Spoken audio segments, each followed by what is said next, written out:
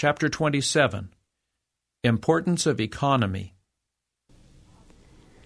Brother R. has good business ability for some branches of the work which would enable him to serve the office acceptably, but he is not educated and disciplined himself to be a thorough, efficient manager.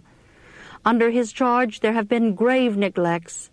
A disorderly, disorganized state of things has existed which should be promptly corrected. There are many little matters connected with his work that have not received attention, and as a consequence, there are leaks. Losses and wastes are allowed that might be avoided. I have passed through the office and have been shown how the angels of God look upon the work done in the various rooms. In some, the condition of things is better than in others, but in all there are wrongs that might be remedied. Loss is seen in many departments. The reckless way that many work results in loss to the office and is an offense to God. It is sad that it should be thus. Jesus has given us lessons in economy. Gather up the fragments, he says, that nothing be lost. It would have been better not to undertake so many large enterprises if by this means so many small matters must be left without attention, for the little things are like small screws that keep the machinery from falling to pieces. The Word of God explains duty. It gives the rule of faithful service.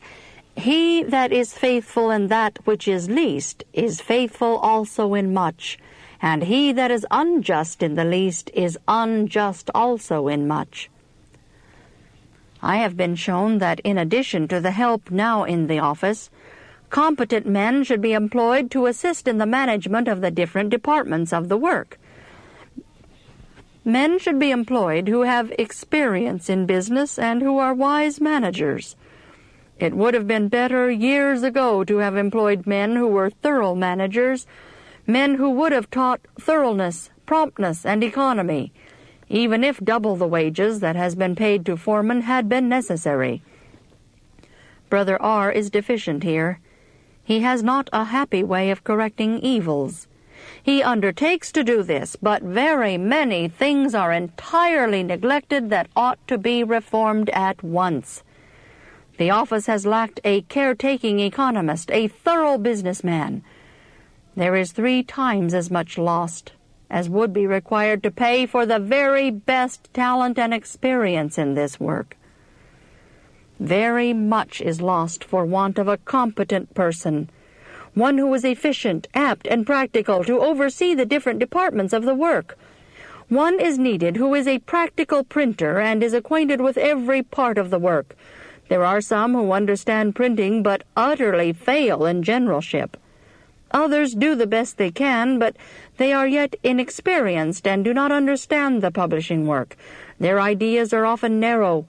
They do not know how to meet the demands of the cause, and as a consequence they are unable to estimate the advantages and disadvantages of enlarging their work.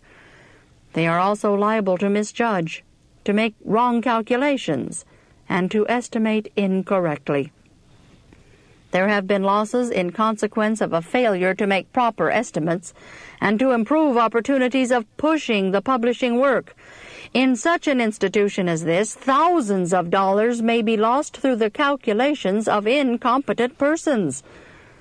Brother P. had ability in some respects to understand and properly estimate the interests of the publishing work, but his influence was an injury to the office.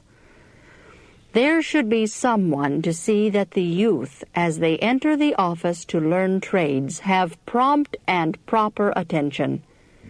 A man should be employed for this work who is apt to teach, patient, kind, and discerning. If one man is not sufficient for this work, then let others be employed. If it is done faithfully, it will save to the office the wages of 3 men. These youth are forming habits that will affect their entire experience.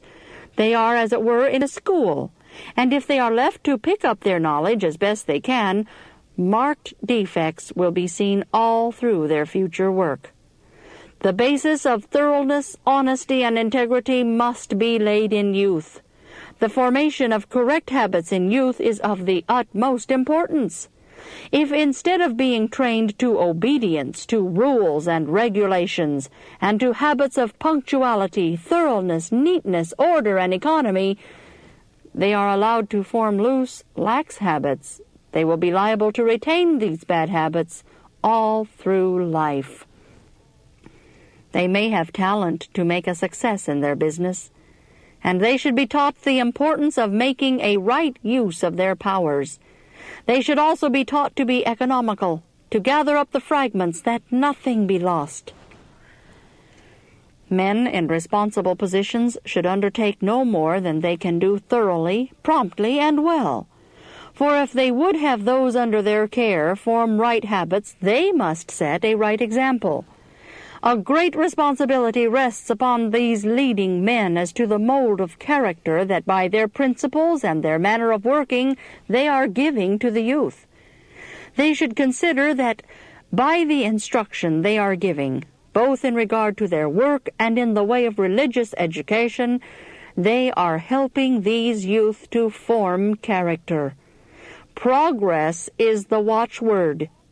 The youth should be taught to aim at perfection in whatever branch of labor they undertake. If there are persons at the head of any of the rooms who are not thorough, who are not economists, who are not diligent in the use of their time and careful of their influence, they mold others in the same way. If these do not change after being admonished, they should be removed and more competent persons secured, even if it is necessary to try again and again. The workers ought to be far more efficient and faithful than they are at the present time. The first impressions, the first discipline of these youthful workers should be of the very highest order, for their characters are being molded for time and for eternity. Let those who have charge of them remember that they have a great and solemn responsibility. Let them mold the plastic clay before it becomes hardened and insensible to impressions. Let them train the sapling ere it becomes a gnarled and tangled oak. Let them direct the course of the rivulet ere it becomes a swollen river. If they are left to choose their own boarding house and their own companions, some will choose those that are good, and others will choose improper associations. If the religious element is not mingled with their education, they will become easy subjects of temptation, and their characters will be liable to become warped and one-sided. The youth who show respect for sacred and holy things learn these lessons under the home roof, before the world has placed upon the soul its mark, the image of sin, deceit, and dishonesty. Love to God is learned at the family altar, of the father and mother in very babyhood. The want of a religious influence is sadly felt in the office. There should be greater devotion, more spirituality, more practical religion. Missionary work done here by God-fearing men and women would be attended with the very best results. Brother R.'s course is not well-pleasing to God. A man in his position should be a man of devotion. He should be among the first in religious matters. His only safety is in maintaining a living connection with God and feeling his dependence upon Him. Without this, he will not do justice to his position. Neither will he exert a right influence in the office and over those with whom his business brings him in contact. I have also seen that there should be a close investigation of the manner of dealing in the office, both with brethren and with unbelievers. Benevolence, purity, truth, and peace are the fruits that should be seen there. Motives and actions should be closely examined and compared with the law of God, for this law is the only infallible rule by which to regulate the conduct, the only reliable code of honor between man and man.